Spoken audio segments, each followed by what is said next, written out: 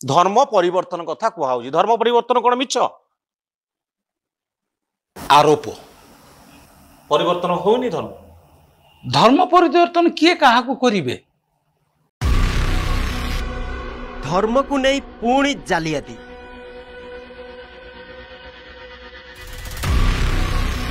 लोभ देखाई करा जाउची धर्म परिवर्तन ओडिशावासी पुणी गोटे छातीपड़ा दृश्य देखा मिली मुख्यमंत्री जिले में दलित लोक मान चांदा आदाय करी हिंदू लोक मैंने गोटे मंदिर प्रतिष्ठा करथिले हेले परे जेतेबेले दलित लोक माने मंदिर भीतर को प्रवेश करती सेतेबेले सीधा सड़क भाव में हिंदू लोक माने विरोध करुचंती आउ कहउचंती तमे हेले गोटे छोट जातिर लोक माने तमे मंदिर भीतर पशिले आम ठाकुर मारा हे जिवे आपण मानटी ओडिशावासी देखंतु तापरे मु किछि कहूची अढ़ई द्वारा ग्राम रे देवी मंदिर प्रतिष्ठा है जहाँ समस्ते दलित एवं उच्च वर्णर लोक मानकर साहाय्य सहयोग रही मंदिर टी से जो प्रतिष्ठा कले एम संपूर्ण साहाय्य सहयोग रही साहाय्य सहयोग पर एम जो मंदिर को जाती जातियाने आक्षेप करी तमे पाण मंदिर को पशिले मंदिर अपवित्र हो तेणुक जावतीय लांछनीय भाषा अपमानित कर देखले तो ओडिशावासी एथर आपण माने कहतु एससी एसटी लोक मान चांदा आदाय करेंगे आउ से चांदा पैसा नहीं मंदिर प्रतिष्ठा करेंगे आउ जितेबाला एससी एसटी लोक मैंने मंदिर भितर प्रवेश करेंगे से हिंदू लोक मैंने आसिक छोट जातिर आख्या कहीकि विरोध करेंगे एटा आपन को कौ भगवान शिखाई आउ एससी एसटी लोक मान कही रखी आपण मानकर बहुत गुड़े भूल रोची आपण मान बारंबार कही हिंदू धर्म को त्याग करंतु हमर लोक माने आपण मान अछुआ रखती आपण मान बारण करती आपण मान मंदिर भितर पशिया पई अनुमति मध्य दिए ना से आपण मान कही रखी समय थाऊ थाऊ टिके सुधरिया ख्रिस्टियन मिशनारी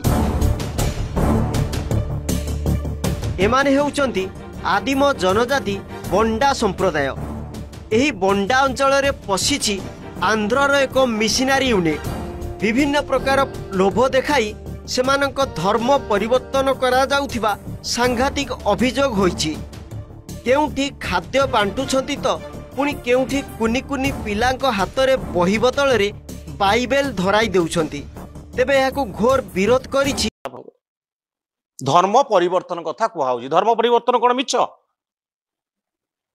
आरोप परिवर्तन होनी धर्म धर्म परिवर्तन किए कहा करिवे आपण केमती धर्म परिवर्तन है मो धर्म परिवर्तन है मु जन्मरु ख्रिस्टियन आपण को बापा ताको बापा मो जेजे बापा मो 4-5 पुरुष मु क्रिश्चियन हाँ तो प्रकृत रे हिंदू मान को कन्वर्ट करा जाई क्रिश्चियन करा होची ना नहीं हिंदू मान कथा शब्द आपण काहे कि नौचंती हिंदू ए भारत रे Hindu is a way of life it is not a religion that's what the Hindu गोटे धर्म नुह हिंदू कुआडे धर्म है हिंदू धर्म सुप्रीम कोर्ट कौन कही आगे 95 रो गोटे जजमेंट हिंदू धर्म बोली कही सुप्रीम कोर्ट हां Hindu is a way of life Hindu धर्म प्लस वे ऑफ लाइफ आपण जदी भी रहउचंती हिंदुस्तान रे भारत वर्ष रे गोटे वे ऑफ लाइफ को आपण फॉलो करिवे हां आजकल ट्रेंडिंग रे चलजी कास्ट कोन बाला कास्ट होउछे एतल तुम घर लोक मरि जे पर दुबा लोक आसी पानी न पकेले तुम कपड़ा धोई पारिन से तुम कपड़ा धोई के आनी देबे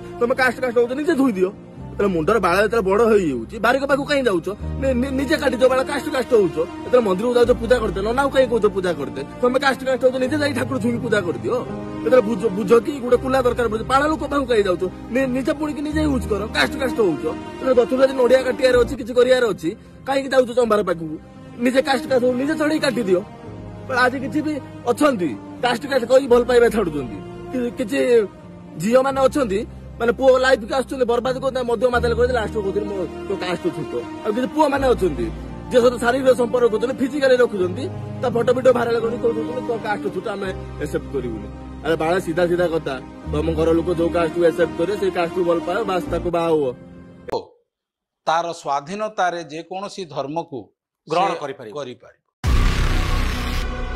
धर्म को नहीं पुणी जालियाती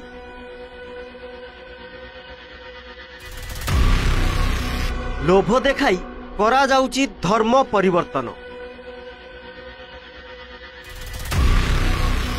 आदिवासी सरलतार सुजोग उठा जाउची फायदा नेउची ख्रिस्टियन मिशनारी एमाने हेउचंती आदिम जनजाति बंडा संप्रदाय ଏହି ବଣ୍ଡା ଅଞ୍ଚଳରେ ପଶିଛି ଆନ୍ଧ୍ରର ଏକ ମିଶନାରୀ ୟୁନିଟ୍। ବିଭିନ୍ନ ପ୍ରକାର ଲୋଭ ଦେଖାଇ ସେମାନଙ୍କ ଧର୍ମ ପରିବର୍ତ୍ତନ କରାଯାଉଥିବା ସାଂଘାତିକ ଅଭିଯୋଗ ହୋଇଛି। କେଉଁଠି ଖାଦ୍ୟ ବାଣ୍ଟୁଛନ୍ତି ତ ପୁଣି କେଉଁଠି କୁନି କୁନି ପିଲାଙ୍କ ହାତରେ ବହି ବଦଳରେ ବାଇବେଲ ଧରାଇ ଦେଉଛନ୍ତି। ତେବେ ଏହାକୁ ଘୋର ବିରୋଧ କରିଛି ବଣ୍ଡା ସମାଜ।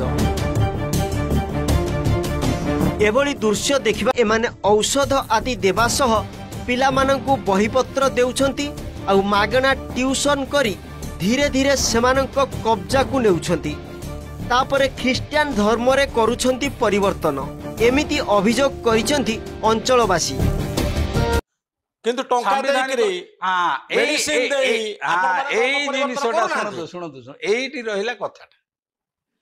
ମେଡିସିନ ଦେଇକି ଟଙ୍କା ଦେଇକି ସାର୍ ଯୀଶୁ ଭଲ କରିଦେଲେ, ଶୁଣନ୍ତୁ ଏଇଠି ମୁଁ ଯୀଶୁ ବଞ୍ଚେଇ ଦେଲେ, ଶୁଣନ୍ତୁ ଏ ଅଭିଯୋଗ ଆଣିଛି କିଏ? ଆପଣ ଟଙ୍କା ଦେଇକି ଖ୍ରୀଷ୍ଟିଆନ କରୁଛି, ଅଭିଯୋଗ ଆଣିଛି କିଏ କହୁନାହାନ୍ତି? ନାଇଁ ଅଭିଯୋଗ ଆଚ୍ଛା ଶୁଣନ୍ତୁ, ଯଦି ଟଙ୍କା ଦେଇକି ହେଇଛି, ଟଙ୍କା ଦେଇକି ଯଦି ହେଇଥାନ୍ତା, ପ୍ରାୟ 2000 ବର୍ଷ ଉପରେ ହେଲାଣି ଖ୍ରୀଷ୍ଟ ଧର୍ମ ଭାରତକୁ ଆସିଛି। ପ୍ରାୟ 300 ବର୍ଷ ବ୍ରିଟିଶ ରାଜ କଲେ, ଯଦି ଖ୍ରୀଷ୍ଟିଆନ ବୋଲି ଆମକୁ, କିନ୍ତୁ ସେମାନେ କେବେ ଖ୍ରୀଷ୍ଟ ଧର୍ମକୁ ପ୍ରଚାର କରିନାହାନ୍ତି। ସାର୍ ସେତେବେଳେ ପାୱାର ଥିଲା, ସେମାନେ ଟଙ୍କା ପଇସା ଜୋର ଜବରଦସ୍ତି ଦେଶଟା ଖ୍ରୀଷ୍ଟିଆନ କରିତେ। ଭାରତର ଖ୍ରୀଷ୍ଟିଆନ ଧର୍ମ 2000 ବର୍ଷରେ କେତେ ପରସେଣ୍ଟ ଆଜ୍ଞା? Not even 3%। ସଂଖ୍ୟା ବଢିବାକୁ ଲାଗିଛନ୍ତି ଆପଣ ନା ନାଇଁ? ସାର୍ ଯଦି ଲାଗିଛୁ 2000 ବର୍ଷରେ କେତେ ହେବା କଥା ଆପଣ ଟିକେ କୁହନ୍ତୁ। ହୁଏତ ଆପଣ କରିପାରି ନାହାନ୍ତି। ସେଇଟା ହିଁ ପ୍ରଶ୍ନ, କରିପାରି ନାହାନ୍ତି ବୋଲି ଆପଣ କୁହନ୍ତୁ ନାହିଁ। ଯଦି 2000 ବର୍ଷରେ ସାରା ଭାରତ ବର୍ଷରେ ଯଦି ବିଲୋ 3% ଖ୍ରୀଷ୍ଟିଆନ, ମୁଁ କହୁନି ସରକାର ଜନଗଣନା ହିସାବରେ କହୁଛୁ, ଓଡ଼ିଶାରେ କେତେ 2.37% କେତେ ଖ୍ରୀଷ୍ଟିଆନ ଅଛନ୍ତି। ଯେତିକି ଅଛନ୍ତି ସେ କେମିତି ହେଲେ ଆଜ୍ଞା? ଏବେ ମୁଁ ହେଲି, ଆମର କ'ଣ ଗୋଟେ ବାୟୋଲୋଜିକାଲ ଗ୍ରୋଥ ନାହିଁ କି?